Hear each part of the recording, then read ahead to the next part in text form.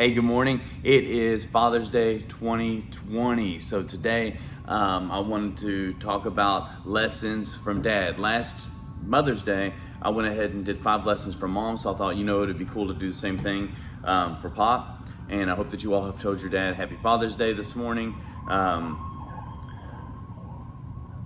Must be some sirens going on. There's some sirens going on outside. Must be some cool stuff. Anyways, some people enjoying Father's Day too much. But anyways, hope that you all are doing well. I just wanted to cover a couple things. This Father's Day weekend, I have been camping with my family. And when I wake up, when I'm camping, my allergies affect me a little bit. You can see like I'm all puffy and still trying to wake up. I've been up for like 2 hours and I'm still look like I just woke up. So sorry about that. But anyways, I wanted to talk about my dad. My dad grew up in southern Indiana area, and he became a pastor, and he was always bivocational, so he was always very busy. Was a full-time pastor and a full-time worker, basically, and a full-time father. So obviously a very busy man. And now with my mom, I remember, now that when I put this down on paper, 5 lessons from Mom, 5 lessons from Dad. Now that I've looked at it, it's interesting how Mom's lessons were more. She had one-liners. Women I think just can be a little more verbally expressive sometimes. You think my dad would have been being a pastor, but Dad's lessons, some of them were more just like caught more than being told. The stuff that I saw in him that I could pull from lessons from my dad's actions. Mom's were words because she just had a way. I think it's just like her family just has a way of wanting to sit you down and teach you something often. They kind of like almost like you feel like you should be taking notes sometimes when they're talking, but my dad was more just about his expressions and his responses to things. The first thing I want to talk about is he had told me when he was younger.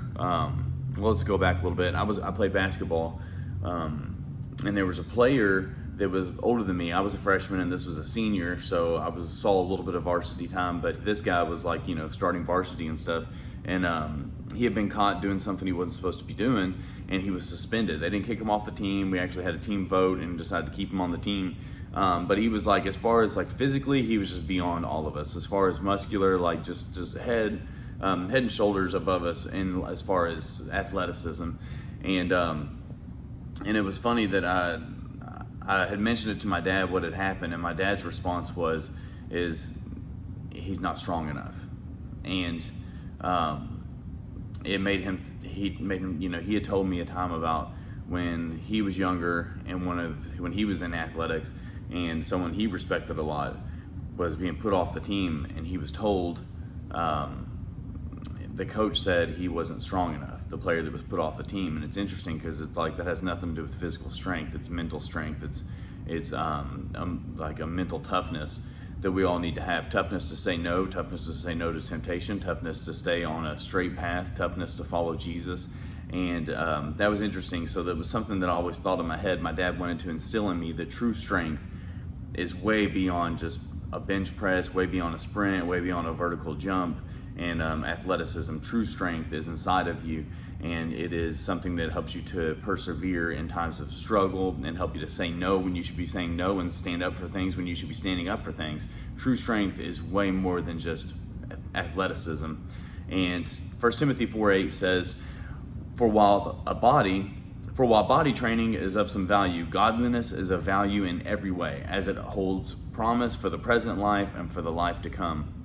And to me, that means a ton, because it's so, we get so wrapped up in like with a world of selfies and all that, just to get so wrapped up in what we look like and our physical abilities, when life is so much more in strength. There's so much more to that. So that was just something that me and my dad would say, and he would point out, as I was growing up, or when we heard about an athlete, even famous athletes that made big mistakes, and Dad would just say they weren't strong enough. And that's just kind of something that he wanted to instill in me about what I saw as strength. Next thing is as far as bringing people in the church. My dad was a pastor, so he always wanted to be missional and bringing people into the church. And I remember going, there was a family that we knew that had a son that was living a lifestyle that was, contrary to the ways of God. And then he said that he might come to church. And my dad said that this guy might come to church. And for me, being a small church and wanting to grow, I was like, we can't have someone like that coming to our church regularly. To me, like, of course, I'm like probably 12 or something, and my dad just kind of looked at me and he said, "Do you ever try to clean a fish before you catch it?" And what he was getting at was that our job as a church is never to clean people up. The job of the church is never to clean people up. The job of the church is to bring people to Jesus, open up the doors of them, open up the doors to Jesus in their life and let them receive Jesus. And even once we get people in the church, the goal isn't to clean them up. And my dad understood that. And that's not what he was getting at, was we need to clean this person up. His goal was give them Jesus. Give them Jesus, and from Jesus will work on their heart. And life change does not come from the church saying, "Hey, you need to change." Life change comes from the Holy Spirit coming inside of somebody, dwelling inside of somebody, and then they put it, that desire is in their hearts, not on them. So, Mark 2:17 says this, and this is kind of related to that. It says, "And when Jesus heard it, he said to them, 'Those who are well have no need of a physician, but those who are sick. I came not to call the righteous, but sinners.'" And like, looking back, now that I look at that, it's like everyone has a mess outside Jesus. And then even Christians, it's not like Christians are perfect either. Everyone needs to be in church. Everyone needs Jesus in their life. There's no one that needs it more. And just a very ignorant statement that I was young, that I'm glad that my dad cleared up in my life. And because of that, now that I'm in ministry, I can look at people and say, and just say, I want you to come to church. I just want you to experience Jesus. There's no judgment. There's no me trying to fix or clean up anybody, because I'm still a work in progress myself. So why would I be concerned about fixing other people when I struggle myself? The reality is all we can do is bring people closer to Jesus and let Jesus do that work in their heart. And over time, there's things in your life that you start to not feel comfortable with, that you were comfortable with having in your life, but now you don't want any part of that because you have the Holy Spirit living inside of you. So that was number 2, was you can't clean fish before you catch them. Number 3, keep praying. Dad said always pray. He was very praying. Every morning when I would wake up, I would want to get up, and I wanted to be close to my dad, especially when I was a little kid, but also wanted to play when I woke up. So I would get like my figurines and take them in there. G.I. Joes were a big deal, and take them in there. But Dad would always be studying and praying in the living room, and he would be talking to himself because he'd be praying. And I would get there and I would be having while Dad's praying, for peace, I'm over there waging war with my G.I. Joes right in front of him. He constantly would have to get on me and tell me to either go in the other room or play quieter. And then a couple minutes later, he would get on me again. But keep praying. He would always say, pray, pray, pray. And then one time he experienced some spiritual warfare, like real life spiritual warfare, that's going on around us, but at this time it manifested. As Christians, we tend to we know that it exists, but we forget about it. We let our day-to-day activities take our minds off of it. But there is heaven, there is a hell, and there is angels, and there is demons. And he had experienced some serious spiritual warfare, and someone who was not speaking of God said, "Okay, let's stop praying," and just kept wanting to stop praying. And my dad told me when I was young, he said, if you're praying and you sense an uneasiness and anyone says, "Okay, let's go ahead and stop," he said, you keep praying, you keep praying, you keep praying. And that was something that always sticks in my head, just keep praying. The next thing is, Dad always held himself to a standard, as far as movies that he allowed himself to watch, music that he heard, the language that came out of his mouth. That was all very, very important to him. I never heard my dad curse. And I never heard him really say bad things about people. I have to be real, though, politicians were kind of like a gray area. So Dad didn't really speak of politicians too well. And I keep saying didn't, like he doesn't exist. My dad is alive and well. But I guess I'm talking from like a past view, so I keep talking about him in past tense. But anyways, he didn't hear him say too much bad about anybody. And he would kind of shut stuff down if you were talking bad about somebody.